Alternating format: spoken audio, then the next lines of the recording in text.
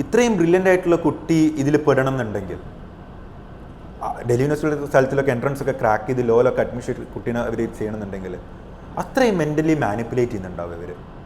They are well trained for this. 3000-4000 രൂപക്ക് വേണ്ടിയിട്ട് 5, 6, 10 ലക്ഷം രൂപ അല്ലെങ്കിൽ ജയിലിൽ പോകേണ്ടി വരും. കാരണം 420 പോലെ IPC ഒഫൻസാണ്, 7 വർഷം വരെ തടവുള്ള ഒഫൻസാണ്, നോൺ ബെയിലബിൾ ആണ്. ജാമ്യം കിട്ടുന്നത് വരെ നമ്മൾ ജയിലിൽ കിടക്കേണ്ടി വരും. കുറച്ച് കഴിഞ്ഞിട്ട് എന്നെ വിളിക്കുകയാണ്, മറൂഫ് ഖാൻ ഞാൻ പെട്ടു എന്നാണ് തോന്നുന്നത്. കോഴിക്കോടൊക്കെ ചില പോലീസ് സ്റ്റേഷനിൽ 50ഓളം ക്രൈംസ് ഒറ്റ സ്റ്റേഷനിൽ ഇതേ ടൈപ്പ് ഓഫ് ഒഫൻസസ് രജിസ്റ്റേർഡ് ആയിട്ടുള്ള പോലീസ് സ്റ്റേഷൻസ് ഉണ്ട്. മുൻ ചീഫ് ജസ്റ്റിസ് സഞ്ജീവ് ഖന്നയുടെ ഒക്കെ പേര് വെച്ചിട്ട് ഡിജിറ്റൽ അറസ്റ്റാണെന്ന് പറഞ്ഞിട്ട് കോടികൾ തട്ടി ഒരു 74 വയസ്സുള്ള ഒരു വയോധികയായിട്ടുള്ള സ്ത്രീയുടെ. അപ്പോൾ ആ സ്ത്രീ ചീഫ് ജസ്റ്റിസിന് അയച്ച കത്തിൽ ഇതിൻ്റെ ഡീറ്റെയിൽസ് കൊടുത്തിട്ട് അംബാലയാണെന്ന് തോന്നുന്നു, അംബാലയുള്ള ഒഫൻസാണ്. ഇതിൽ സുപ്രീം കോടതിയിൽ നിന്ന് സുവമോട്ടോ എടുത്തിട്ട് അറ്റോർണി ജനറൽ ഓഫ് ഇന്ത്യക്ക് നോട്ടീസ് കൊടുത്തു. അങ്ങനെ വിഡ്രോ ചെയ്തതിന് ശേഷം പോലീസിൻ്റെ കേസ് രജിസ്റ്റർ ചെയ്ത് ഇങ്ങനെ വിഡ്രോൾ നടത്തിയതിനു ശേഷം പോലീസ് അന്വേഷിച്ചിട്ട് വന്നെത്തുക അവസാനം ഈ വിദ്യാർത്ഥികളിലേക്കാണ്. കാരണം ഈ വിദ്യാർത്ഥി ഒരാളെ പറ്റിക്കപ്പെട്ട് ഉണ്ടാക്കിയിട്ടുള്ള പൈസ അവസാനം വിഡ്രോവൽ നടക്കുന്നത് ഈ വിദ്യാർത്ഥികളുടെ ബാങ്ക് അക്കൗണ്ട് ത്രൂ ആണ്. ഞാൻ ഫസ്റ്റ് ഒരു കുട്ടിയുടെ ഇതിൻ്റെ ബെയിലിൻ്റെ ആർഗ്യൂ ചെയ്യാൻ പോയ സമയത്ത് ജഡ്ജ് പാസ് ചെയ്യുന്നൊരു comment, even there are victims surrounding us. ഹരിയാനയിൽ ഒരു പഞ്ചാബി ആയിട്ടുള്ള ഒരാളെ 4 കിലോ ഹീറോയിനുമായിട്ട് പിടിച്ച കേസിൽ ഇദ്ദേഹത്തിന് പങ്കുണ്ട് എന്നും പറഞ്ഞിട്ടാണ് പോലീസ് ഇദ്ദേഹത്തെ കസ്റ്റഡിയിലെടുക്കുന്നത്. കല്യാണം കഴിക്കാൻ വേണ്ടി 27 വയസ്സുള്ളൊരു ചെറുപ്പക്കാരൻ നാട്ടിൽ വരികയാണ്, ഓഡിറ്റോറിയം ബുക്ക് ചെയ്തിട്ട് വന്നതാണ്, പക്ഷെ തിരിച്ചു പോകുന്നത് ജയിലിലേക്കാണ്, അതും ചെയ്യാത്ത ഒരു കുറ്റത്തിന്. Welcome to time line conversation. ഇന്ന് നമ്മളോടൊപ്പം ഉള്ളത് അഡ്വക്കേറ്റ് CH മാറൂഫാണ്. സൈബർ ഫ്രോഡ് കേസുകൾ ഹാൻഡിൽ ചെയ്യുന്ന അഡ്വക്കേറ്റ് മാറൂഫ് വളരെ സുപ്രധാനമായ ചില വിഷയങ്ങൾ സംസാരിക്കാനാണ് ഇന്ന് ടൈം ലൈൻ കോൺവെർസേഷനിൽ വന്നിരിക്കുന്നത്. Welcome to time line conversation advocate മാറൂഫ്.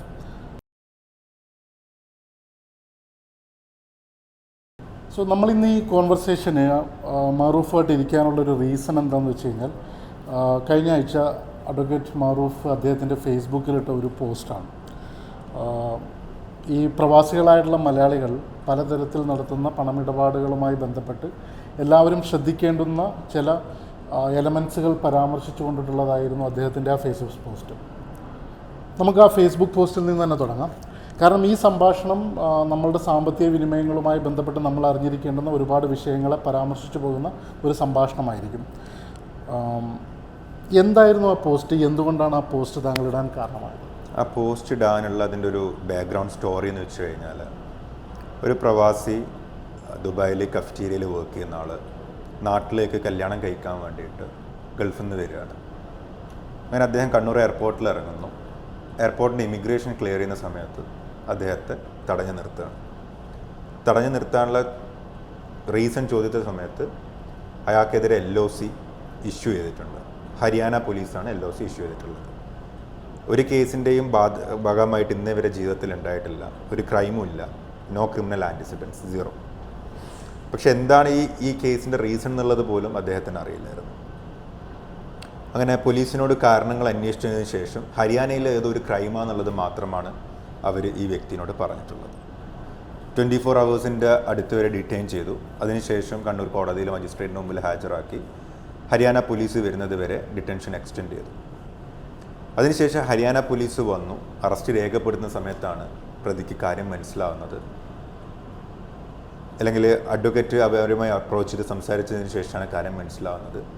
ഹരിയാനയിൽ ഒരു പഞ്ചാബി ആയിട്ടുള്ള ഒരാളെ 4 കിലോ ഹീറോയിനുമായിട്ട് പിടിച്ച കേസിൽ ഇദ്ദേഹത്തിന് പങ്കുണ്ട് എന്നും പറഞ്ഞിട്ടാണ് പോലീസ് ഇദ്ദേഹത്തെ കസ്റ്റഡിയിലെടുക്കുന്നത്. 4 കിലോ ഹീറോയിൻ്റെ കേസിൽ ഒരാൾ കൊമേഴ്ഷ്യൽ ക്വാണ്ടിറ്റിയാണ് NDPS ആക്ട് പ്രകാരം. അത്തരം കേസുകളിൽ ഒരാൾ അറസ്റ്റ് രേഖപ്പെടുത്തി കഴിഞ്ഞാൽ ഒരാൾക്ക് ജാമ്യം കിട്ടുക എന്ന് പറയുന്നത് തന്നെ മിക്ക കേസുകളിലും ചാർജ് ഷീറ്റ് കഴിഞ്ഞാൽ മാത്രമേ ഉള്ളൂ. പ്രൈമ ഫേസിയ ഒരു തെളിവുകളും ഇല്ല എന്ന് ജഡ്ജിനെ ബോധിപ്പിച്ചാൽ മാത്രമാണ് അതിൽ ജാമ്യം. അതും 6 മാസം ചാർജ് ഷീറ്റ് വെച്ചതിന് ശേഷം പോലും. അപ്പം അത്രയും ഡിഫിക്കൽട്ടായിട്ടുള്ളൊരു സീരിയസ് ആയിട്ടുള്ള ഒഫൻസിലാണ് അദ്ദേഹം ജയിലിലേക്ക് പോകേണ്ടി വന്നിട്ടുള്ളത്. ഇനി അദ്ദേഹം ചെയ്ത തെറ്റ് എന്താണെന്നുള്ളതിലേക്കാണ് ഈ ഒരു പോസ്റ്റിലേക്ക് അല്ലെങ്കിൽ ഫേസ്ബുക്ക് പോസ്റ്റ് ഇടാനുള്ളൊരു കാരണം ഉണ്ടായിട്ടുള്ളത്. അദ്ദേഹം ദുബായിൽ നിന്ന് സമ്പാദിച്ചിട്ടുള്ള പൈസ നാട്ടിലേക്ക് പെട്ടെന്ന് അയക്കേണ്ട ഒരു സാഹചര്യം ഉണ്ടാവുകയാണ്. അങ്ങനെ അവിടെയുള്ള വേറെ ഒരാളുമായിട്ട് സംവാദത്തിൽ ഏർപ്പെടുകയും അദ്ദേഹമായിട്ട് സംസാരിച്ചതിന് ശേഷം അയാൾ പറഞ്ഞു, ദിർഹം എൻ്റെ കയ്യിൽ തന്നോളൂ, ഞാൻ നാട്ടിൽ നിങ്ങളുടെ അക്കൗണ്ടിലേക്ക് പൈസ നിക്ഷേപിച്ചോളാം. അദ്ദേഹത്തെ വിശ്വസിക്കുന്നു, ബാങ്ക് അക്കൗണ്ട് ഡീറ്റെയിൽസ് ഷെയർ ചെയ്യുന്നു. ദിർഹംസ് ഒരു 5000 ദിർഹത്തോളം രൂപ അദ്ദേഹത്തിന് കൊടുക്കുന്നു. അതിന് തക്കതായിട്ടുള്ള ഇന്ത്യൻ കറൻസിയുടെ ഡിഫറൻസ് വെച്ചിട്ടുള്ളൊരു പൈസ ഇദ്ദേഹത്തിൻ്റെ അക്കൗണ്ടിലേക്ക് അന്നേ ദിവസം തന്നെ ക്രെഡിറ്റ് ആവുന്നു. ഇത് നടക്കുന്നത് 6 മാസം മുമ്പാണ്. നടന്നു 6 മാസം കഴിഞ്ഞ് അദ്ദേഹം ദുബൈയിലൊക്കെ ജോലി ചെയ്ത് യാതൊരു പ്രശ്നമില്ല നാട്ടിലേക്ക് വന്നു. ഇതിലെ ക്രൈമിൻ്റെ എലമെൻ്റ് എവിടെയാണ് വരുന്നതെന്ന് വെച്ച് കഴിഞ്ഞാൽ, ഇദ്ദേഹം കൊടുത്ത ആൾ ഈ പൈസ ഇദ്ദേഹത്തിൻ്റെ അക്കൗണ്ടിലേക്ക് നിക്ഷേപിക്കാൻ പറയുന്നത് ഇന്ത്യയിലുള്ള ഒരാളായിട്ടാണ്. ഇന്ത്യയിലുള്ള ഒരാളെന്ന് വെച്ച് കഴിഞ്ഞാൽ പഞ്ചാബിലുള്ള ഒരാൾ. പഞ്ചാബിലുള്ള ഒരാൾ അദ്ദേഹത്തിൻ്റെ അക്കൗണ്ടിൽ നിന്ന് ഈ പ്രവാസിയുടെ അക്കൗണ്ടിലേക്ക് നിക്ഷേപിക്കുകയാണ്, നാട്ടിലെ അക്കൗണ്ടിലേക്ക്. ഈ പൈസ, പഞ്ചാബി നിക്ഷേപിക്കുന്ന പൈസ 4 കിലോ ഹീറോയിനുമായിട്ട് ഹരിയാനയിൽ നിന്നും പിടിക്കപ്പെട്ട ഒരു പ്രതി കൊടുത്തിട്ടുള്ള പൈസയാണ്, അല്ലെങ്കിൽ ആ ഡ്രഗ് ഡീലിലൂടെ ഉണ്ടാക്കിയിട്ടുള്ള പൈസയാണ് ഈ പ്രവാസിയുടെ നാട്ടിലെ അക്കൗണ്ടിലേക്ക് ക്രെഡിറ്റ് ആയിട്ടുള്ളത്. അപ്പോൾ പഞ്ചാബിലുള്ള ആളും പിടിക്കപ്പെട്ട 4 കിലോ ഹീറോയിനുമായിട്ട് പിടിക്കപ്പെട്ട ആളും ഡയറക്റ്റ് കണക്റ്റഡ് ആണ്, പൈസ ഇടപാടുകളുണ്ട്. ആ പൈസ നമ്മളുടെ അക്കൗണ്ടിൽ വന്നത് കാരണം പോലീസ് ഒരു സ്റ്റോറി ഉണ്ടാക്കുകയാണ്, ഇദ്ദേഹവും പിടിക്കപ്പെട്ട ആളും തമ്മിൽ ഡ്രഗിൻ്റെ ബിസിനസ്സാണ്. ഇവർ പൈസ ഇവിടെ നിന്നുള്ള പൈസ റൂട്ട് ചെയ്യുന്നത് ദുബായിൽ വെച്ചിട്ടാണ്. അതുകൊണ്ട് ഇതിൻ്റെ ഡ്രഗ് മണി ഇന്ത്യയിലൂടെ റൂട്ട് ചെയ്യാൻ ഉപയോഗിക്കുന്ന അക്കൗണ്ട്സിലെ ആളുകൾക്കൊക്കെ ഇതിൽ പങ്കുണ്ടെന്ന് പറയാം. ഓഫ് കോഴ്സ് ട്രയലിലേക്ക് പോരുമ്പോൾ ഇദ്ദേഹത്തിൻ്റെ നിരപരാധിത്വം തെളിയിക്കാൻ പറ്റുന്നൊരു കേസ് തന്നെയാണ്. പക്ഷേ ജാമ്യം കിട്ടുന്നത് വരെ ഇതിൽ ഉള്ളിൽ കിടക്കേണ്ട അത്രയും സീരിയസ് ആയിട്ടുള്ളൊരു ഒഫൻസിൽ പെട്ടുപോയതാണ്. അപ്പോൾ അതുകൊണ്ടാണ് ഒരു വാർണിംഗ് എന്നുള്ള തരത്തിൽ ഞാൻ ഫേസ്ബുക്കിൽ ആ പോസ്റ്റ് കുറിച്ചത്. കാരണം ഞാനിത് 2 ദിവസം ഞാൻ കണ്ണൂർ കോടതിയിലും ഇദ്ദേഹത്തിൻ്റെ പിറകിലായിരുന്നു. നമുക്ക് അത്രയും വേദനയോട് കൂടിയിട്ടാണ് കല്യാണം കഴിക്കാൻ വേണ്ടി 27 വയസ്സുള്ളൊരു ചെറുപ്പക്കാരൻ നാട്ടിൽ വരികയാണ്, ഓഡിറ്റോറിയം ബുക്ക് ചെയ്തിട്ട് വന്നതാണ്, പക്ഷെ തിരിച്ചു പോകുന്നത് ജയിലിലേക്കാണ്, അതും ചെയ്യാത്ത ഒരു കുറ്റത്തിന്. അപ്പോൾ ഇത് ഇദ്ദേഹത്തിന് സംഭവിച്ചതുപോലെ പെട്ടെന്ന് നാട്ടിലേക്ക് അർജൻറ്റായിട്ട് പൈസ അയക്കാം എന്ന സാഹചര്യം ഏതൊരു പ്രവാസിക്കും വന്നേക്കാം. അപ്പോൾ അവർ ഇടപാട് നടത്തുന്ന ആളുകൾ പൈസ ദിർഹം കൊടുത്തിട്ട് നാട്ടിലെ അക്കൗണ്ടിലേക്കാണ് ഇടുന്നുണ്ടെങ്കിൽ അതിൻ്റെ സോഴ്സ് ഉറപ്പ് വരുത്തുക. ആ പൈസ വരുന്നത് കൃത്യമായിട്ടുള്ള ആളുകളുടെ ത്രൂ ആണ്. അങ്ങനെ ചെയ്യാൻ പാടില്ല. ഒന്ന്, അത് ഹവാലേൻ്റെ അണ്ടറിലേക്ക് തന്നെ വരും. വലിയ വലിയ എമൗണ്ടുകളാകുമ്പോൾ, ചെറിയ ചെറിയ എമൗണ്ടുകളാകുമ്പോൾ അത് ഹവാലേൻ്റെ അണ്ടറിലൊന്നും വരാതെ ആളുകൾ നോട്ടീസ് ചെയ്യാതെ വിടുന്നതാണ്. പക്ഷേ വലിയ എമൗണ്ടൊക്കെ ചെയ്യുമ്പോൾ എന്തായാലും ലോൻ്റെ പ്രശ്നങ്ങളുണ്ട്. അല്ലാതെ നാട്ടിലെ പെട്ടെന്നുള്ള ആവശ്യങ്ങൾക്ക് അയക്കുമ്പോൾ പോലും 25,000 രൂപയായി ആയാൽ പോലും അക്കൗണ്ട് ത്രൂ ഉള്ള ട്രാൻസാക്ഷൻസിൽ ലിമിറ്റേഷൻ വരുത്തുക. കഴിയുന്നതും ആളുകൾ ത്രൂ അയച്ചിട്ട് അല്ലെങ്കിൽ CDM ത്രൂ ഡെപ്പോസിറ്റ് ചെയ്യുന്നത് ഒരു ഓപ്ഷൻ ആയിരിക്കും. നാട്ടിൽ നിന്ന് CDM ത്രൂ ഡെപ്പോസിറ്റ് ചെയ്യുന്ന ക്യാഷ് ആണല്ലോ ഡെപ്പോസിറ്റ് ചെയ്യുന്നത്, അതിൽ പ്രശ്നമല്ല. പക്ഷേ വേറെ ആളായിട്ട് ഡയറക്റ്റ് കണക്ട് ചെയ്യുന്ന രീതിയിലുള്ള ഒരു അക്കൗണ്ട് ട്രാൻസാക്ഷൻ വരുമ്പോഴാണ് ഇത് സംഭവിക്കുന്നത്. ഇതുപോലുള്ള കേസുകൾ ദിനേന എത്ര എണ്ണം നടക്കുന്നുണ്ടാവും? ഇതിൽ ഈ NDPS ആയിട്ട് അല്ലെങ്കിൽ ഹീറോയിനുമായിട്ട് ബന്ധപ്പെട്ടിട്ടുള്ള ആദ്യമായിട്ടാണ് 2, ഇതിനു മുമ്പ് ഇതേപോലെ ഒരു കേസ് ഉണ്ടായിട്ടുണ്ടായിരുന്നു. 2 എണ്ണമാണ് ഇതുവരെ എൻ്റെ ശ്രദ്ധയിൽപ്പെട്ടിട്ടുള്ളത്, ഇത്രയും സീരിയസ് ആയിട്ടുള്ളത്.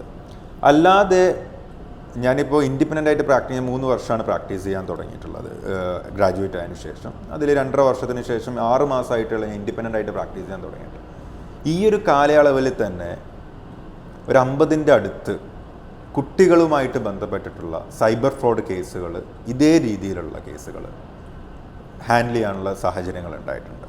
ഇതുപോലെ ഇപ്പം അഡ്വക്കേറ്റ് മാറൂഫ് പരാമർശിച്ച മാതിരിയുള്ള പ്രവാസികളുമായിട്ട് ബന്ധപ്പെട്ട വേറെ ഏതെങ്കിലും തരത്തിലുള്ള ഫിനാൻഷ്യൽ ഫ്രോഡോ അല്ലെങ്കിൽ ഇതുപോലെ റിലേറ്റഡ് ഫ്രോഡുകളോ പ്രവാസികളുമായിട്ട് ബന്ധപ്പെട്ട് നടക്കുന്നുണ്ട്? പ്രവാസികളായിട്ട് ബന്ധപ്പെട്ടിട്ടുണ്ട്. ഒരു പ്രവാസി, കണ്ണൂരുള്ള ഒരു പ്രവാസി, അദ്ദേഹത്തിൻ്റെ സുഹൃത്തിന് 1 ലക്ഷം രൂപ കടം കൊടുത്തു.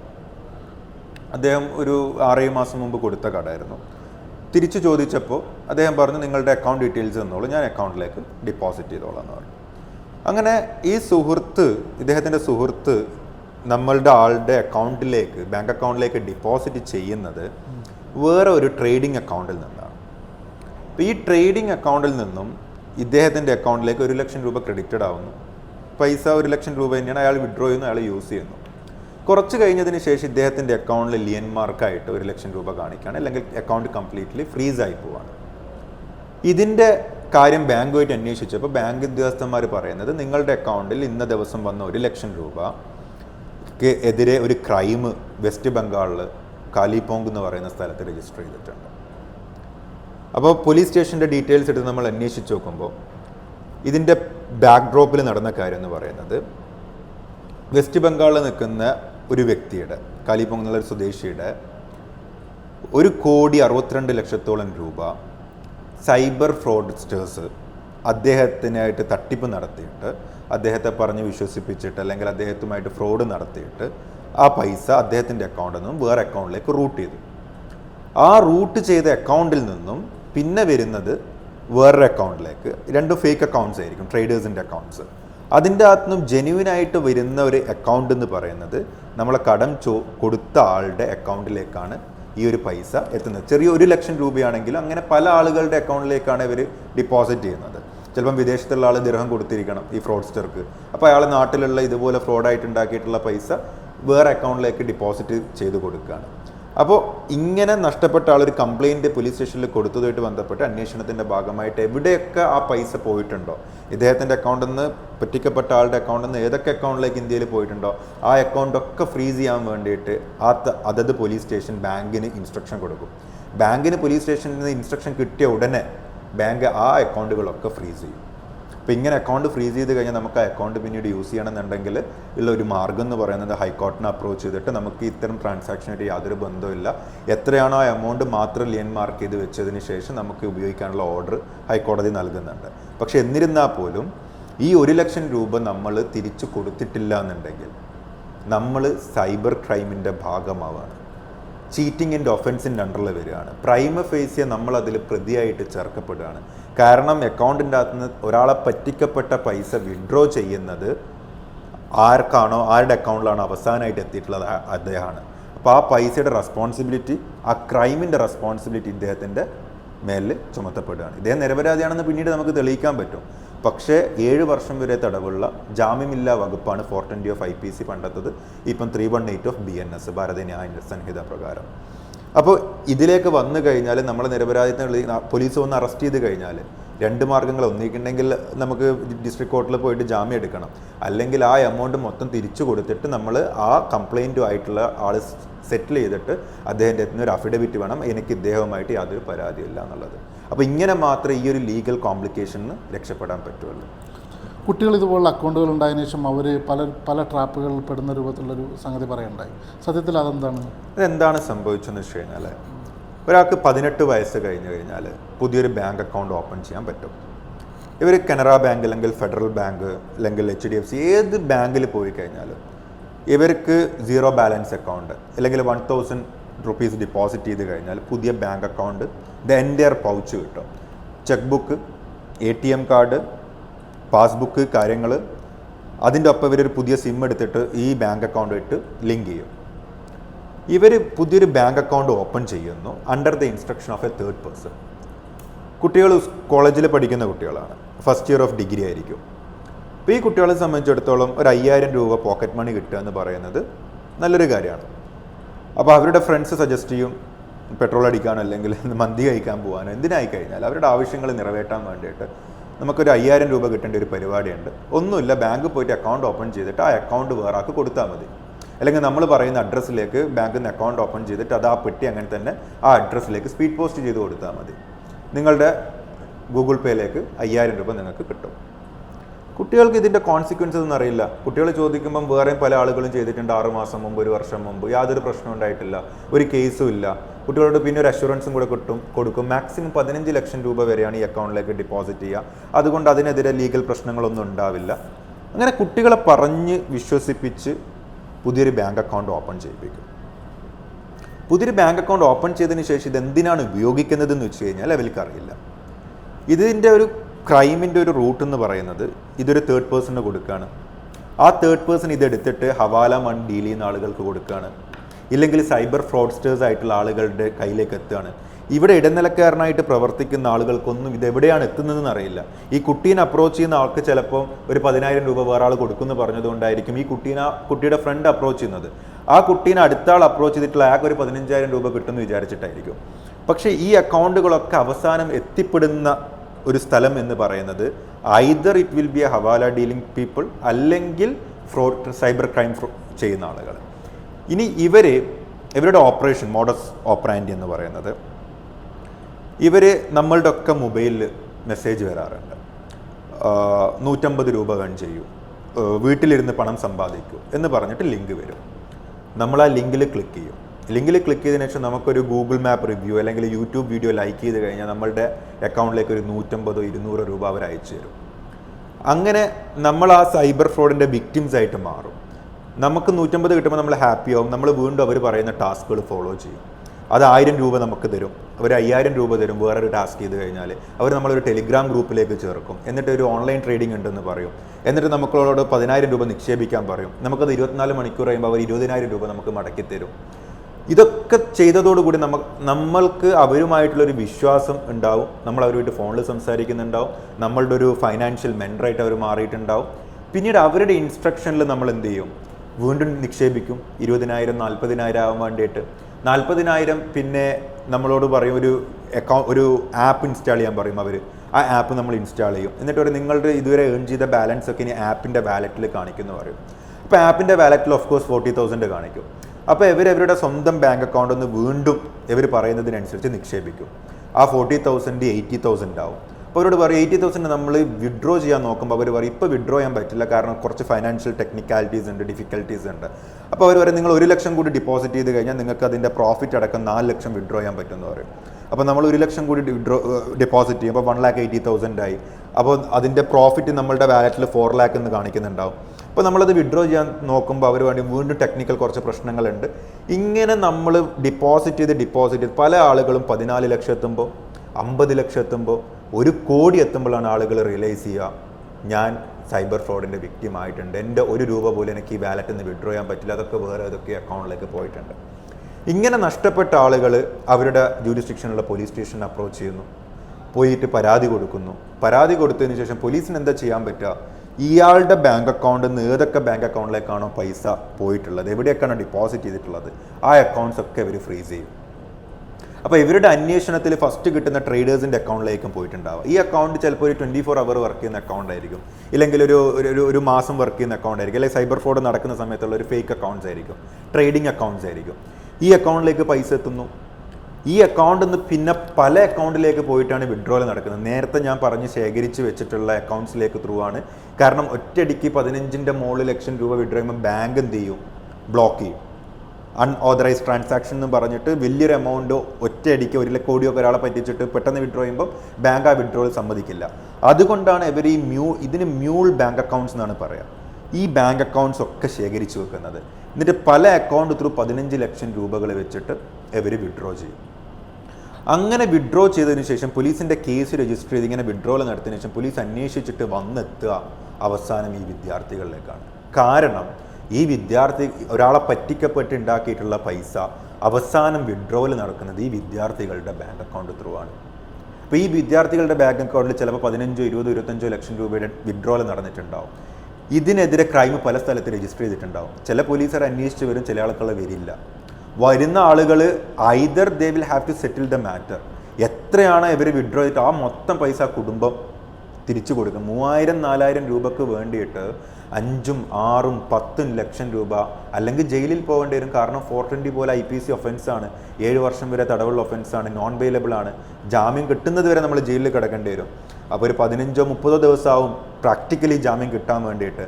അപ്പോൾ അത്രയും ദിവസം മകൻ അല്ലെങ്കിൽ മകൾ ജയിലിൽ കിടക്കുന്നത് ആലോചിച്ചിട്ട് വീട്ടുകാർ പൈസ എടുത്തു കൊടുക്കും. സെറ്റിൽ ചെയ്യേണ്ട ഒരു അവസ്ഥകൾ. വീടിൻ്റെ 10 സെൻറ്റ് സ്ഥലമുള്ള ആൾ 5 സെൻറ്റ് വിറ്റിട്ട് സെറ്റിൽ ചെയ്യാൻ വന്ന ആളുകൾ എനിക്ക് പരിചയമുണ്ട്. വെറും 10 സെൻറ്റ് സ്ഥലമുള്ള ആളുകൾ. ഇത് പിന്നെ കേരളത്തിൽ മാത്രമുള്ള ഒരു ഇഷ്യൂ ആണോ അതോ ഇല്ല, ഓൾ ഇന്ത്യ.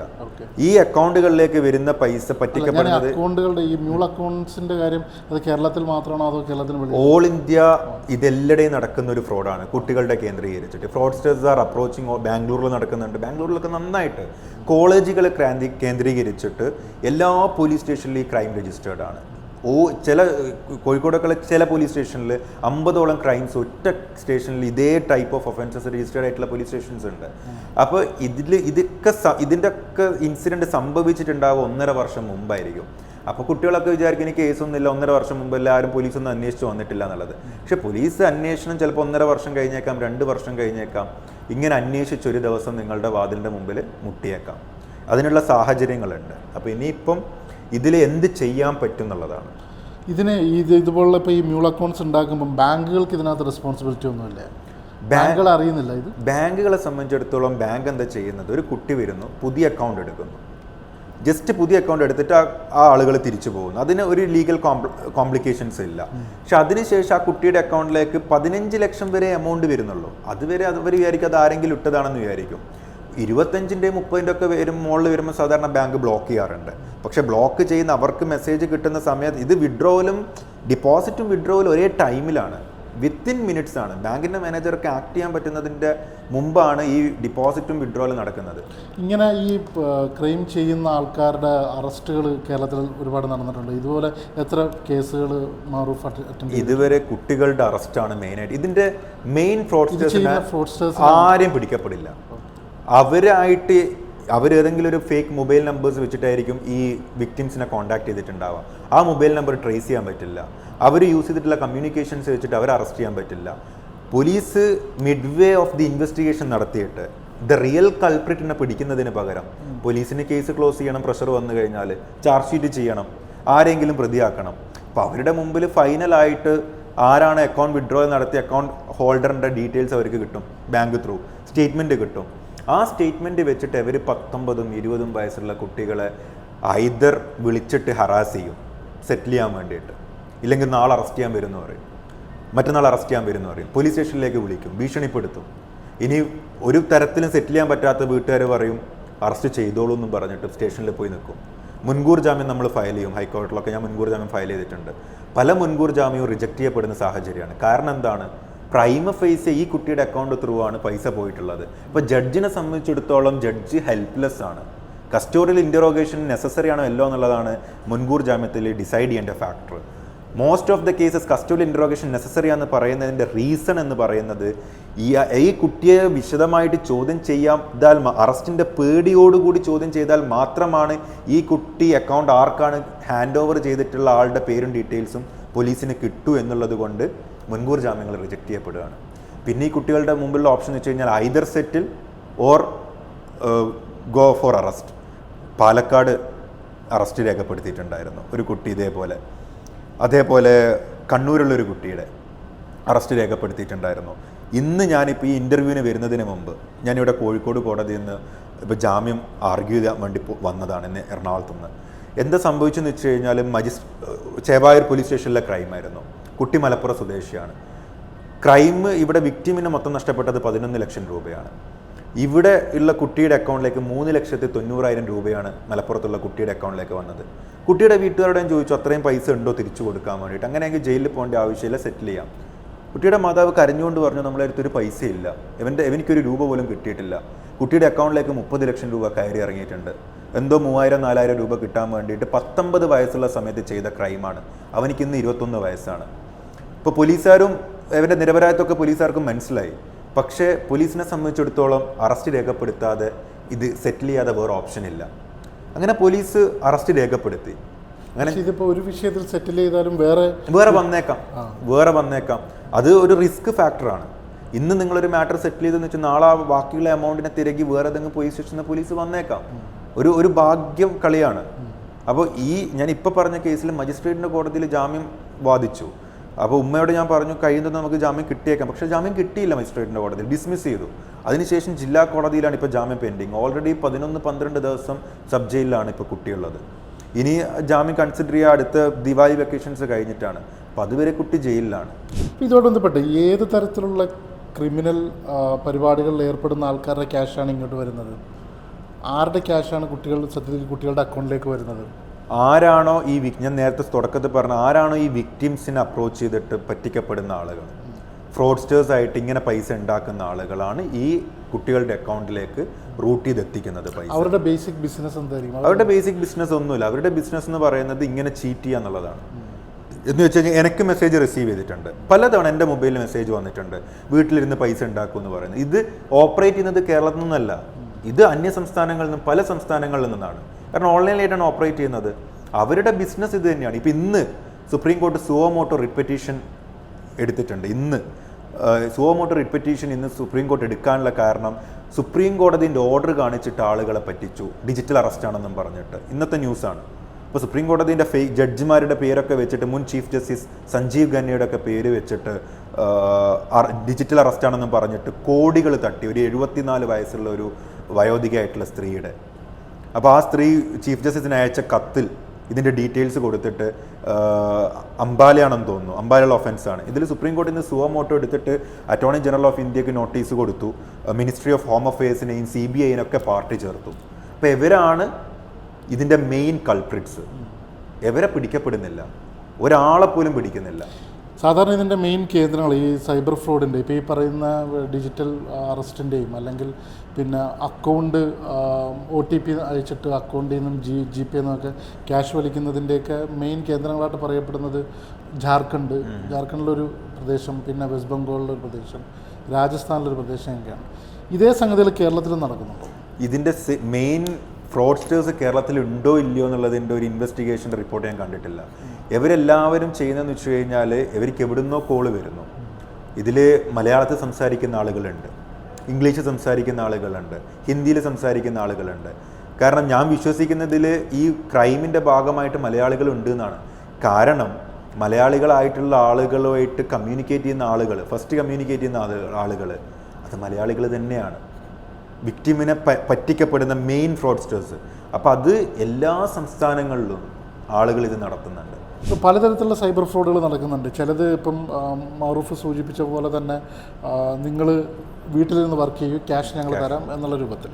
അതിൽ തന്നെ പലതരത്തിലുള്ള പലതരത്തിലുള്ള വർക്കുകളാണ് അവർ കൊടുക്കുന്നത്. ഒന്ന് ചിലപ്പോൾ അസൈൻമെൻറ്റുകൾ എഴുതിപ്പിക്കുന്നത്, രണ്ടാമത് പിന്നെ ട്രാൻസ്ലേഷൻ വർക്കുകൾ, ഇതൊക്കെയാണ് കൊടുക്കുന്നത്. പിന്നെ വേറെ പല ഇപ്പം നമ്മൾ ചില ലിങ്കുകൾ തന്നിട്ട് ആ ലിങ്കിൽ ലൈക്ക് ചെയ്യുക, കമൻറ്റ് ചെയ്യുക, സബ്സ്ക്രൈബ് ചെയ്യുക, ഈ ഡിജിറ്റൽ മാർക്കറ്റിങ്ങിൻ്റെ ഭാഗമായിട്ടുള്ള അങ്ങനെയുള്ള ഓഫറുകളും വരുന്നുണ്ട്. ബേസിക്കലി ഏതൊക്കെ തരത്തിലാണ് സാധാരണക്കാരനായ ഒരാൾ പെട്ടുപോകുന്നത്? കാരണം ഒരുപാട് ആൾക്കാർക്ക് ക്യാഷ് നഷ്ടപ്പെട്ടു പോകുന്നുണ്ട്. എങ്ങനെയാണ് ഈ ഒരു പിന്നെ ക്യാഷ് നഷ്ടപ്പെടുന്ന ഒരു ലെവൽ വരെ ആൾക്കാർ എത്തുന്നത്? ഒന്ന്, ഫസ്റ്റ് തിങ്, ഈ ലിങ്ക് ലൈക്ക് ചെയ്തിട്ട് കുറച്ച് ആദ്യം വിശ്വാസ്യത ഉണ്ടാക്കും. എന്നിട്ട് ഇവർക്ക് പൈസ കുറച്ച് ഇങ്ങോട്ട് കൊടുക്കും. അതിനുശേഷമാണ് അവർ പറയുന്നത് അവരുടെ ഇൻസ്ട്രക്ഷൻ അനുസരിച്ചിട്ട് ട്രേഡിങ്ങിലേക്ക് ഇൻവെസ്റ്റ് ചെയ്യുന്നത്. ഒന്ന്, ആ രീതിയിലാണ് പൈസ നഷ്ടപ്പെടുന്നത്.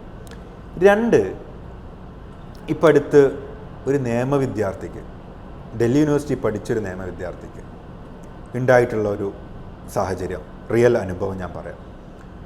വളരെ ബ്രില്യൻ്റ് ആയിട്ടുള്ള കുട്ടിയാണ്. ഡൽഹി യൂണിവേഴ്സിറ്റിയിലെ ലോ പഠിച്ച കുട്ടിയാണ്. ലോ പഠിച്ച കുട്ടീനോട് ഒരു ദിവസം പെട്ടെന്ന് ഒരാൾ മെസ്സേജ് അയക്കുകയാണ്, your credit cards has gone limit. നിങ്ങളുടെ ക്രെഡിറ്റ് കാർഡുമായിട്ട് ബന്ധപ്പെട്ട ഒരു കേസ് ഉണ്ട്, അതിൻ്റെ കാര്യം ഡിസ്കസ് ചെയ്യാൻ വേണ്ടി ഞാൻ ACP ആണ് വിളിക്കുന്നത്. അപ്പോൾ ഞാൻ ഫോൺ എടുക്കുന്നു, hello sir, I am Innocent, ഞാൻ എൻ്റെ ക്രെഡിറ്റ് കാർഡൊന്നും അങ്ങനെ യൂസ് ചെയ്തിട്ട് ഓവർ ട്രാൻസാക്ഷൻ ഒന്നിനു വേണ്ടി യൂസ് ചെയ്തിട്ടില്ല. അല്ല, നിങ്ങളെ കേസുമായിട്ട് ബന്ധപ്പെട്ടിട്ട് ഇപ്പോൾ ക്വസ്റ്റ്യൻ ചെയ്യണം, നിങ്ങൾ സ്കൈപ്പിൽ വരണം എന്ന് പറയാം. അങ്ങനെ ഈ കുട്ടി വീഡിയോ കോൺഫറൻസിങ്ങിൽ സ്കൈപ്പിലേക്ക് വരികയാണ്. ഈ കുട്ടിക്ക് ലിങ്ക് അയക്കുന്നു വാട്സപ്പിൽ. ഇവരൊരു പോലീസ് സ്റ്റേഷൻ പോലെയുള്ള ഒരു സെറ്റപ്പ് ഉണ്ടാക്കുകയാണ്. Fake dress, fake police dress, fake police station atmosphere, they have created entire thing. അതിനുശേഷം ഈ കുട്ടീനോട് പറയാണ്, ഒരു ഓർഡർ കാണിച്ചിട്ട്, സുപ്രീം കോടതിൻ്റെ ഓർഡർ കാണിച്ചിട്ട്, നിങ്ങളിപ്പോൾ ഡിജിറ്റൽ അറസ്റ്റിലാണ്, നിങ്ങൾക്ക് ബെയിൽ എടുക്കണം. ഈ കുട്ടീനെ ഇത് ഇവർ വിശ്വസിപ്പിക്കുന്നതെന്ന് വെച്ച് കഴിഞ്ഞാൽ ഈ കുട്ടീനോട് ആധാർ കാർഡ് കാണിക്കാൻ പറയും. ആധാർ കാർഡ് കാണിക്കാൻ പറയുമ്പോൾ ഈ കുട്ടീനോട് പറയും, നിങ്ങൾ ആ സ്കാനിൻ്റെ ബാർകോഡ് കാണിക്കുന്ന അത് കാണിക്കരുത്, ഇത് ആൾക്കൊക്കെ കണ്ട് നിങ്ങളുടെ മോശമായിട്ട് അല്ലെങ്കിൽ അത് മിസ്യൂസ് ചെയ്യാനുള്ള കാര്യങ്ങളുണ്ട്, അതുകൊണ്ട് നിങ്ങളത് കവർ ചെയ്തിട്ട് നിങ്ങളുടെ പേര് മാത്രം കാണിക്കണം. അങ്ങനെ ഈ കുട്ടീനെ വിശ്വസിപ്പിക്കുന്ന രീതിയിൽ വീഡിയോ കോൺഫറൻസിലൂടെ മെൻ്റലി മാനിപ്പുലേറ്റ് ചെയ്തു. ഈ കുട്ടി അതിൽ പോകണം. കുട്ടീനോട് പറഞ്ഞു, നിങ്ങൾക്കിപ്പം ബെയിൽ ഇപ്പം നമുക്ക് തരാൻ പറ്റും, നിങ്ങൾ 40,000 രൂപ ബെയിൽ ബോണ്ട് കെട്ടണം, ലീഗൽ ലാംഗ്വേജ് ഒക്കെ ഉപയോഗിച്ചിട്ട് ബെയിൽ ബോണ്ട് ഡിപ്പോസിറ്റ് ചെയ്യണം, അതിൻ്റെ ബാങ്ക് അക്കൗണ്ട് ഡീറ്റെയിൽസ് അയച്ചു കൊടുക്കുന്നു. ഇത് യൂണിവേഴ്സിറ്റിയിൽ നിന്നാണ് സംഭവിക്കുന്നത്. ഡൽഹി യൂണിവേഴ്സിറ്റിയിൽ നിന്ന് ലോ ഫാക്കൽറ്റി സ്റ്റുഡൻസ് ഹോസ്റ്റലിൽ നിന്നാണ് സംഭവിക്കുന്നത്. അവനവൻ്റെ ഫ്രണ്ട്സിനോട് ഫസ്റ്റ് ഷെയർ ചെയ്തില്ല, റൂമിൽ അടച്ചിട്ടിട്ട് ചെയ്ത പരിപാടിയാണ്. 40,000 രൂപ അയച്ചു കൊടുത്തു. അപ്പോൾ ബെയിൽ ബോണ്ട് ഇഷ്യൂ ചെയ്തിട്ടുള്ള പുതിയൊരു ലെറ്ററൊക്കെ എനിക്ക് വാട്സപ്പിലേക്ക് ഇഷ്യൂ കൊടുക്കുകയാണ്. എന്നിട്ട് പറയാണ്, ഞങ്ങൾ വീണ്ടും ക്വസ്റ്റ്യനിങ്ങിന് വിളിക്കും, അങ്ങനെ അവർ വീഡിയോ കോൺഫറൻസിന് പോവാണ്. ഇനി കുട്ടിയുടെ 40,000 രൂപ പോയി. കുറച്ച് കഴിഞ്ഞിട്ട് എന്നെ വിളിക്കുകയാണ്, മറുഫ്ക ഞാൻ പെട്ടു എന്നാണ് തോന്നുന്നത്. ഇങ്ങനെ വിളിച്ചിട്ട് ഞാൻ ചോദിച്ചു, പെട്ടെന്ന് എനിക്ക് അവനോട് ചൂടാവാൻ തോന്നി. പിന്നെ എനിക്ക് തോന്നി, ഇത്രയും ബ്രില്യൻ്റ് ആയിട്ടുള്ള കുട്ടി ഇതിൽ പെടണം എന്നുണ്ടെങ്കിൽ ഡൽഹി യൂണിവേഴ്സിറ്റി സ്ഥലത്തിലൊക്കെ എൻട്രൻസ് ഒക്കെ ക്രാക്ക് ചെയ്ത് ലോയിലൊക്കെ അഡ്മിഷൻ കുട്ടീനെ അവർ ചെയ്യണമെന്നുണ്ടെങ്കിൽ അത്രയും മെൻ്റലി മാനിപ്പുലേറ്റ് ചെയ്യുന്നുണ്ടാവും ഇവർ. They are well trained for this. ഒരാളുടെ വിശ്വാസത്തിലേക്ക് എത്തിക്കാൻ വേണ്ടിയിട്ടും ഒരാളെ ഡിജിറ്റൽ അറസ്റ്റാന്ന് വിശ്വസിപ്പിക്കാൻ വേണ്ടിയിട്ടും. അവനിക്ക് 40,000 രൂപ മാത്രമേ നഷ്ടപ്പെട്ടിട്ടുള്ളൂ, അത്രമാത്രം അവൻ്റെ അക്കൗണ്ടിൽ ഉണ്ടായിട്ടുള്ളൂ പൈസ. അതുകൊണ്ട് അപ്പോൾ ഇവർക്കറിയാം ഒരാളുടെ അക്കൗണ്ട് ബാലൻസ് എത്രയാണെന്നുള്ളത്. ഇവരത് ഏതെങ്കിലും സോഴ്സ് വെച്ചിട്ട് കണ്ടെത്തുന്നുണ്ടാവാം, എനിക്കറിയില്ല. അല്ലെങ്കിൽ അവരോട് ചോദിച്ചിട്ട് മനസ്സിലാക്കുന്നുണ്ടോ നിങ്ങളുടെ അക്കൗണ്ടിൽ എത്രയാണ് പൈസ ഉള്ളത് എന്നുള്ളത്.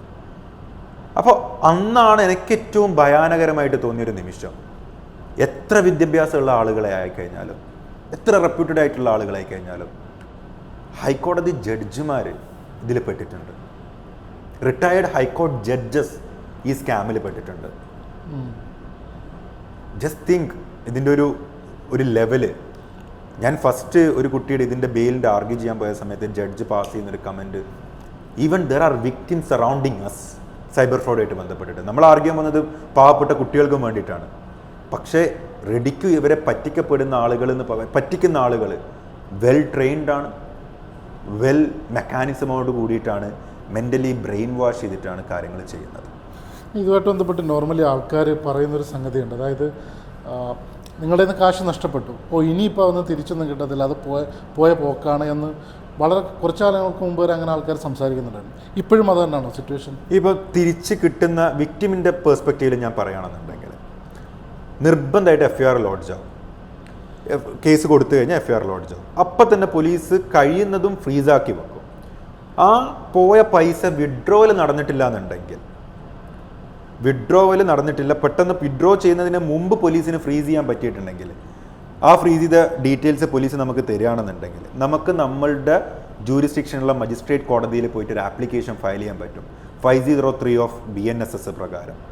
എന്നിട്ട് പറയാൻ പറ്റും, എൻ്റെ ബാങ്ക് അക്കൗണ്ടിൽ നിന്നും പോയ പൈസ ഇന്ന ആളുകളുടെ ഒക്കെ അക്കൗണ്ടിലുണ്ട്, നമ്മൾ അവരെയും കക്ഷി ചേർക്കണം. ആ അക്കൗണ്ടിൽ നിന്നും തിരിച്ച് എൻ്റെ അക്കൗണ്ടിലേക്ക് അയക്കാൻ വേണ്ടി മജിസ്ട്രേറ്റ് ഓർഡർ പാസ്സാക്കണം. മജിസ്ട്രേറ്റ് ഓർഡർ പാസ്സാക്കി കഴിഞ്ഞാൽ ആ ഓർഡർ ബാങ്കിനെ കാണിച്ചു കഴിഞ്ഞാൽ ആ ബാങ്ക് അക്കൗണ്ടിൽ നിന്നൊക്കെ തിരിച്ച് പൈസ ഈ നഷ്ടപ്പെട്ട ആളുടെ അക്കൗണ്ടിലേക്ക് എത്തിക്കാനുള്ള ഒരു മാർഗ്ഗമുണ്ട്. പക്ഷെ പറയപ്പെടുന്നത് ഇങ്ങനെ ട്രാൻസാക്ഷൻ നടന്ന ഉടനെ തന്നെ പല നാടുകളിലും ഈ അക്കൗണ്ടുകൾ പെട്ടെന്ന് തന്നെ വിഡ്രോവലായി പോകും.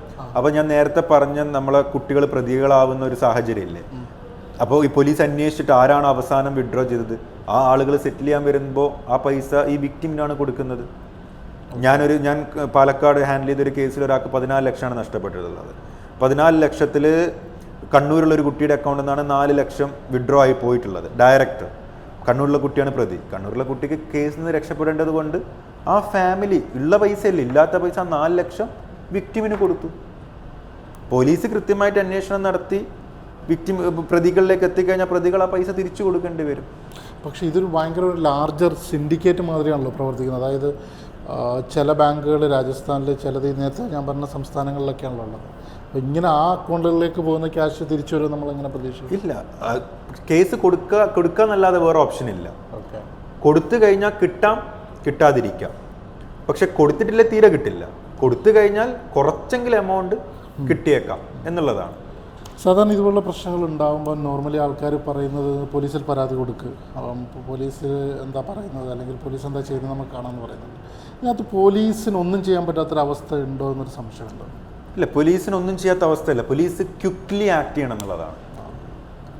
ഒരാൾക്ക് പൈസ നഷ്ടപ്പെട്ടു, അവർ ടെൻഷൻ അടിച്ച് ഒരു ദിവസം കഴിഞ്ഞിട്ടാണ് പോലീസിൽ പരാതി കൊടുക്കുക. ആ സമയമാകുമ്പോഴേക്ക് എല്ലാ വിഡ്രോവലും കഴിഞ്ഞിട്ടുണ്ടാവും. നിങ്ങൾക്ക് ഇങ്ങനത്തെ ഒരു സൈബർ ഫ്രോഡ് സംഭവിച്ചു കഴിഞ്ഞാൽ ക്വിക്ക്ലി അപ്പം തന്നെ നാഷണൽ സൈബർ ക്രൈം പോർട്ടലിൻ്റെ ഹെൽപ്പ് ലൈൻ നമ്പേഴ്സ് ഉണ്ട്. അപ്പം തന്നെ അവരെ വിളിച്ചു കഴിഞ്ഞാൽ ദ മൊമെൻറ്റ് അവർ അക്കൗണ്ടുകൾ ഫ്രീസ് ചെയ്യും. ഫ്രീസ് ചെയ്ത് കഴിഞ്ഞിട്ട് ഉണ്ടെങ്കിൽ നമുക്ക് അതിൻ്റെ അകത്തുനിന്ന് പൈസ തിരിച്ചു കിട്ടും. ഡിപ്പോസിറ്റ് പോയി, പൈസ പോയി, എത്ര സ്വിഫ്റ്റ് ആക്ഷനായിട്ട് നിങ്ങൾ ചെയ്യുന്നുണ്ടോ അതിനനുസരിച്ചിട്ടാണ് നിങ്ങൾക്ക് അതിൽ റെമഡി ഉണ്ടാവുക. നാഷണൽ സൈബർ ക്രൈം പോർട്ടൽ അതിനായിട്ട് കംപ്ലയിൻറ്റ് രജിസ്റ്റർ ചെയ്യാനുള്ള ഒരു ഓപ്ഷൻ ഉണ്ട്. രജിസ്റ്റർ ചെയ്ത് കഴിഞ്ഞാൽ മിനിറ്റ്സിൽ അവരതിൽ ആക്ഷൻ എടുക്കും. അതേപോലെ തന്നെ പെട്ടെന്ന് തന്നെ സൈബർ ക്രൈം പോലീസ് സ്റ്റേഷനുമായിട്ട് ബന്ധപ്പെട്ടിട്ട് ഇതിൻ്റെ കാര്യങ്ങൾ കൊടുക്കുക. എത്രത്തോളം നേരം നമ്മൾ വൈകുന്നോ അത്രത്തോളം നമുക്ക് പൈസ കിട്ടാനുള്ള സാഹചര്യങ്ങൾ ഇല്ലാതാവും. ഇതുപോലുള്ള വിഷയങ്ങളിൽ പിന്നെ സാധാരണ പറയപ്പെടുന്ന നേരത്തെ ആദ്യം പറഞ്ഞ നമ്മൾ ആ ഹവാലയൊക്കെ ആയിട്ട് ബന്ധപ്പെട്ട് പറഞ്ഞ വിഷയത്തിൽ നമ്മളുടെ അക്കൗണ്ടിലേക്ക് ക്യാഷ് വരികയും ആ ക്യാഷ് ഇല്ലീഗലാണ് എന്നൊരു ഇത് വരികയും ചെയ്താൽ നമ്മൾ അക്കൗണ്ട് ഫ്രീസ് ആവും. ഇപ്പോൾ നമ്മളറിയാതെ സംഭവിക്കുന്ന ഫ്രീസിങ്ങുകളുണ്ട്. ചിലപ്പോൾ നമ്മൾ ചില ആൾക്കാർ അറിഞ്ഞുകൊണ്ട് ക്ലെയിം ചെയ്യുന്ന ആൾക്കാരുണ്ട്. പക്ഷേ നമ്മൾ ഈ അറിയാതെ സംഭവിക്കുന്ന ഈ ഫ്രീസിങ്ങിൽ അതിന് നമ്മൾ എന്താ ചെയ്യുക? നമ്മൾ അക്കൗണ്ട് ഡീഫ്രീസ് ചെയ്യാനും മറ്റുമൊക്കെ ആയിട്ട് ഇപ്പോൾ ഒരുപാട് ആളുകൾക്ക്, പ്രത്യേകിച്ച് ട്രാവൽസിലുള്ള ആളുകൾക്ക് ടിക്കറ്റ് ബുക്ക് ചെയ്യാൻ വേണ്ടി കൊടുത്തിട്ടുള്ള പൈസ, ടിക്കറ്റ് ഇവർ കസ്റ്റമേഴ്സ് പൈസ കൊടുക്കുന്നു, ട്രാവൽസിൻ്റെ അക്കൗണ്ട് ബ്ലോക്കായി പോവാണ്. കസ്റ്റമേഴ്സ് കൊടുക്കുന്നത് ട്രേഡിംഗ് ഒക്കെ ചെയ്തിട്ടുള്ള പൈസ, അല്ലെങ്കിൽ ദുബായിൽ നിന്ന് ഡയറക്റ്റ് ഇട്ട് കൊടുക്കുകയാണ്, ഏതെങ്കിലും ത്രൂ ഹവാല ത്രൂ ഒക്കെ ആയിട്ട്. അപ്പോൾ ഇവരൊക്കെ ചെയ്യുന്നത്, അല്ലെങ്കിൽ സാധാരണക്കാരനെ നമ്മൾ ഒരാൾ ബിസിനസ് ചെയ്യുന്ന ഒരാളുടെ അക്കൗണ്ടിൽ 50 ലക്ഷം രൂപ ഉണ്ട്. ഏതോ ഒരാൾ നമുക്ക് കടം തിരിച്ചു തരാനുള്ള 1 ലക്ഷം രൂപ നമ്മളുടെ അക്കൗണ്ടിലേക്ക് ഇട്ടിട്ട് ആ 1 ലക്ഷത്തിന് ഡിസ്പ്യൂട്ടഡ് ആയിട്ട് നമ്മളുടെ അക്കൗണ്ട് ഫ്രീസായി പോവാണ്. ബാക്കി 49 ലക്ഷം രൂപ എടുക്കാൻ പറ്റുന്നില്ല. ഇങ്ങനത്തെ സാഹചര്യങ്ങൾ ഉണ്ടാകുമ്പോൾ കേരള ഹൈക്കോടതിയിൽ ഓൾറെഡി ജഡ്ജ്മെൻ്റ് ഉണ്ട്. ഡോക്ടർ സജീർ വേഴ്സസ് RBI എന്ന് പറയുന്ന ഒരു ലാൻഡ്മാർക്ക് ജഡ്ജ്മെൻ്റ് ഉണ്ട്. ആ ജഡ്ജ്മെൻറ്റ് പ്രകാരം നിങ്ങളുടെ അക്കൗണ്ടിൽ ഇങ്ങനെ ഡിസ്പ്യൂട്ടഡ് ആയിട്ട് വന്നിട്ടുള്ള എമൗണ്ട് മാത്രം വെച്ചിട്ട് ഫസ്റ്റ് ദിവസം തന്നെ നമുക്ക് ഹൈക്കോടതിയിൽ നിന്ന് ഇൻ്ററിം താൽക്കാലിക ഓർഡർ കിട്ടും. ബാക്കിയുള്ള നമ്മളുടെ സ്വന്തം എമൗണ്ട്, ഈ ഡിസ്പ്യൂട്ട് ഇല്ലാത്ത എമൗണ്ട് യൂസ് ചെയ്യാൻ പറ്റും എന്നുള്ളത്. ഇനി ഈ ഡിസ്പ്യൂട്ടുള്ള എമൗണ്ട് നമുക്ക് കിട്ടുമോ ഇല്ലയോ എന്നുള്ളതാണ് അടുത്ത ക്വസ്റ്റ്യൻ. ചില ആളുകളുടെ 5 ലക്ഷം കുടുങ്ങിക്കിടക്കാം, 10 ലക്ഷം കുടുങ്ങിക്കിട്ടാം. അതിൻ്റെ ഉത്തരം എന്ന് പറയുന്നത് കോടതി ഏത് പോലീസാണോ ഫ്രീസ് ചെയ്യാൻ വേണ്ടി നോട്ടീസ് ഇഷ്യൂ ചെയ്തിട്ടുള്ളത് ആ പോലീസിന് നോട്ടീസ് അയക്കും, കോടതി നോട്ടീസ് അയക്കും. ആ പോലീസ് കൃത്യമായിട്ട് എക്സ്പ്ലനേഷൻ കോടതിയിൽ വന്നിട്ട് പറഞ്ഞിട്ടില്ല എന്നുണ്ടെങ്കിൽ കോടതി 2 മാസം സമയം കൊടുത്തിട്ടുള്ള ഡയറക്ഷൻ പാസ്സാക്കിയിട്ട് ഒരു ജഡ്ജ്മെൻറ്റ് പാസ്സാക്കും. 2 മാസത്തിനുള്ളിലും ഇവർക്ക് അക്കൗണ്ടിൻ്റെ യാതൊരു ഇൻഫർമേഷൻ അവിടുന്ന് കിട്ടിയിട്ടില്ല എന്നുണ്ടെങ്കിൽ, യാതൊരു കോർട്ട് ഓർഡറും അവിടുന്ന് വന്നിട്ടില്ല എന്നുണ്ടെങ്കിൽ ബാങ്കിന് ഈ എമൗണ്ടും കൂടെ കസ്റ്റമറായിട്ടുള്ള ആളുകൾക്ക്, അല്ലെങ്കിൽ ബാങ്ക് അക്കൗണ്ട് ഹോൾഡർ ആരാണ് അവർക്ക് ഉപയോഗിക്കാനുള്ള റൈറ്റ് അവർക്ക് കൊടുക്കുന്നതാണ്. വേറെ സീരിയസ് ആയിട്ട് സാധാരണ ഇപ്പോൾ ഇതുപോലുള്ള പ്രശ്നങ്ങൾ ഉണ്ടാകുമ്പോൾ എല്ലാവരും ആലോചിക്കുന്നൊരു സംഗതിയാണ്, ഏറ്റവും ഐഡിയലായിട്ടുള്ള ഫിനാൻഷ്യൽ ട്രാൻസാക്ഷൻ, പ്രത്യേകിച്ച് പ്രവാസികൾ കേരളത്തിലോട്ട് ചെയ്യുമ്പോഴുള്ള ഏറ്റവും ഐഡിയലായിട്ടുള്ള ഫിനാൻഷ്യൽ ട്രാൻസാക്ഷൻ ഏതാണ്? ഐഡിയലായിട്ടുള്ള ഫൈനാൻഷ്യൽ ട്രാൻസാക്ഷൻ ഓഫ് കോഴ്സ് അവിടുന്ന് പ്രോപ്പർ മണി എക്സ്ചേഞ്ച് ത്രൂ ഉള്ള ട്രാൻസാക്ഷൻസ്. സെക്കൻഡ്ലി, പെട്ടെന്ന് അതിനൊന്നും സമയമില്ല, അർജൻറ്റായിട്ട് നാട്ടിലൊരു എമൗണ്ട് എത്തിക്കണം എന്നുണ്ടെങ്കിൽ തന്നെ നമ്മൾ വിശ്വാസപരമായിട്ട് ആരെയാണോ ചെറിയൊരു എമൗണ്ട്, ഇപ്പോൾ 25,000 30,000 എന്തെങ്കിലും മെഡിക്കൽ എമർജൻസി ഒക്കെ ആയിട്ട് എത്തിക്കുകയാണെങ്കിൽ പോലും നമുക്ക് അത്രയും വിശ്വാസമുള്ള ആളുകൾക്ക് മാത്രം ദിർഹംസ് കൊടുക്കുക. എന്നിട്ട് അവർ നാട്ടിൽ എത്തിക്കുന്നുണ്ടെങ്കിൽ പോലും ഐദർ CDM ത്രൂ ഡിപ്പോസിറ്റ് ചെയ്യുക, അല്ലെങ്കിൽ നേരിട്ട് ക്യാഷ് കൊണ്ടു കൊടുക്കുക. ഇനി അതുമല്ല എന്നുണ്ടെങ്കിൽ അവർ വേറെ ഏതെങ്കിലും ബാങ്ക് അക്കൗണ്ടിൽ നിന്നാണെങ്കിൽ ചെയ്യുന്നുണ്ടെങ്കിൽ അവർക്ക് പേഴ്സണലി വിശ്വാസമുള്ള നേരായ രീതിയിൽ മാത്രം പൈസ ഉണ്ടാക്കിയിട്ടുള്ള ആളുടെ അക്കൗണ്ടിൽ നിന്ന് മാത്രം ട്രാൻസ്ഫർ ചെയ്യുക. അറിയാത്ത ഒരു സ്ട്രേഞ്ചർ ആയിട്ടുള്ളൊരു തേർഡ് പേഴ്സൺ ത്രൂ, അല്ലെങ്കിൽ ഏതെങ്കിലും ഒരു ട്രേഡിംഗ് അക്കൗണ്ട് ത്രൂ ഒരു തരത്തിലും നമ്മളെ അക്കൗണ്ടിലേക്ക് ട്രാൻസാക്ഷൻ വരാൻ പാടുള്ളതല്ല. ഒന്ന് ഇല്ലീഗലാണ്, നമ്മൾ ഹവാല ത്രൂ അവിടുന്ന് ചെയ്യുന്ന, അവിടുന്ന് ഇങ്ങനെ അയക്കുന്ന പൈസകൾ ഒരു തരത്തിലും ഞാൻ അഡ്വൈസ് ചെയ്യില്ല വേറെ ആൾക്ക് കൊടുത്ത് ചെയ്യാൻ വേണ്ടിയിട്ട്. ഏതെങ്കിലും തരത്തിൽ എമർജൻസി ഉണ്ടെങ്കിൽ പോലും ചെറിയൊരു പൈസയാണെങ്കിൽ അതൊരിക്കലും തേർഡ് പാർട്ടി അക്കൗണ്ട് ത്രൂ നമ്മളുടെ അക്കൗണ്ടിലേക്ക് എത്തുന്ന ഒരു സാഹചര്യം ഉണ്ടാകരുത്. അത് നമ്മൾ ഉറപ്പുവരുത്തും. അതുപോലെ തന്നെ ഇപ്പം ഈ സൈബർ ഫ്രോഡിൽ ജഡ്ജിമാർ കൊടുക്കുന്നു, അതുപോലെ ലോ സ്റ്റുഡൻസ് കൊടുക്കുന്നു. ഇപ്പം എൻ്റെ പരിചയത്തിലൊരു എക്കണോമിക്സിൽ PhD ചെയ്ത ഒരാൾ കുടുങ്ങിയിട്ടുണ്ട്. അപ്പോൾ എങ്ങനെ കുടുങ്ങാതിരിക്കാം? We have to be very cautious. നമ്മളുടെ ഇപ്പം അടുത്ത് വന്ന ഒരു മെസ്സേജ് ആയിരുന്നു, MVDയുടെ പേരിൽ, മോട്ടോർ വെഹിക്കിൾ ഡിപ്പാർട്ട്മെൻറ്റിൻ്റെ പേരിൽ ഒരു PDF വാട്സപ്പിലേക്ക് വരുന്നു. PDF ഓപ്പൺ ചെയ്യുമ്പോൾ PDFൽ OTP അടിക്കാൻ വേണ്ടിയിട്ട് മെസ്സേജ് വരുന്നു. ടെക്സ്റ്റ് മെസ്സേജ് അപ്പം തന്നെ OTP വരുന്നു, നമ്മൾ അടിക്കുന്നു, നമ്മളുടെ ബാങ്കിൽ നിന്നുള്ള എല്ലാ ബാലൻസും പോകുന്നു. നമ്മളുടെ പുതിയ ലോകമാണ് മൊബൈൽ, നമ്മൾ യൂസ് ചെയ്യുന്നതാണ്. നമ്മളുടെ ഒരു കൈയിൻ്റെ ഒരു ഭാഗം, അവയവം തന്നെയാണ് മൊബൈൽ. നമ്മളുടെ പേഴ്സിൽ ഇപ്പോൾ ആരുടെ പേഴ്സിലും ക്യാഷ് ഇല്ല, എല്ലാവരുടെ ക്യാഷും ഫോണിലാണ്. നമ്മളുടെ ഫോണിൽ നമ്മൾ ഉപയോഗിക്കുന്ന ഏതൊരു തേർഡ് പാർട്ടി ആപ്പ് ആയിക്കോട്ടെ, അതിൽ നമ്മൾ അത്രയും എൻഷുർ ചെയ്തിട്ട് മാത്രമുള്ള ട്രാൻസാക്ഷൻസ് നടത്തും. അതേപോലെ ഒരു അൺനോൺ നമ്പറിനോ ഏതൊരു അതോറിറ്റി ആയിക്കോട്ടെ, ഈവൻ SBI ആയിക്കോട്ടെ, അല്ലെങ്കിൽ ആരായിക്കോട്ടെ, ഏതിൻ്റെ പേരിലായിക്കോട്ടെ, OTP ചോദിച്ചിട്ട് ഒരാൾ വിളിച്ചാലും പറയാതിരിക്കുക. തേർഡ് പാർട്ടി ആപ്പിലേക്ക് നമ്മൾ OTP വേറെ ഏതെങ്കിലും കാര്യത്തിന് അടിച്ചു കൊടുക്കുന്നുണ്ടെങ്കിൽ തന്നെ ഓതറൈസ്ഡ് പ്ലാറ്റ്ഫോമിൽ മാത്രം ചെയ്യാം.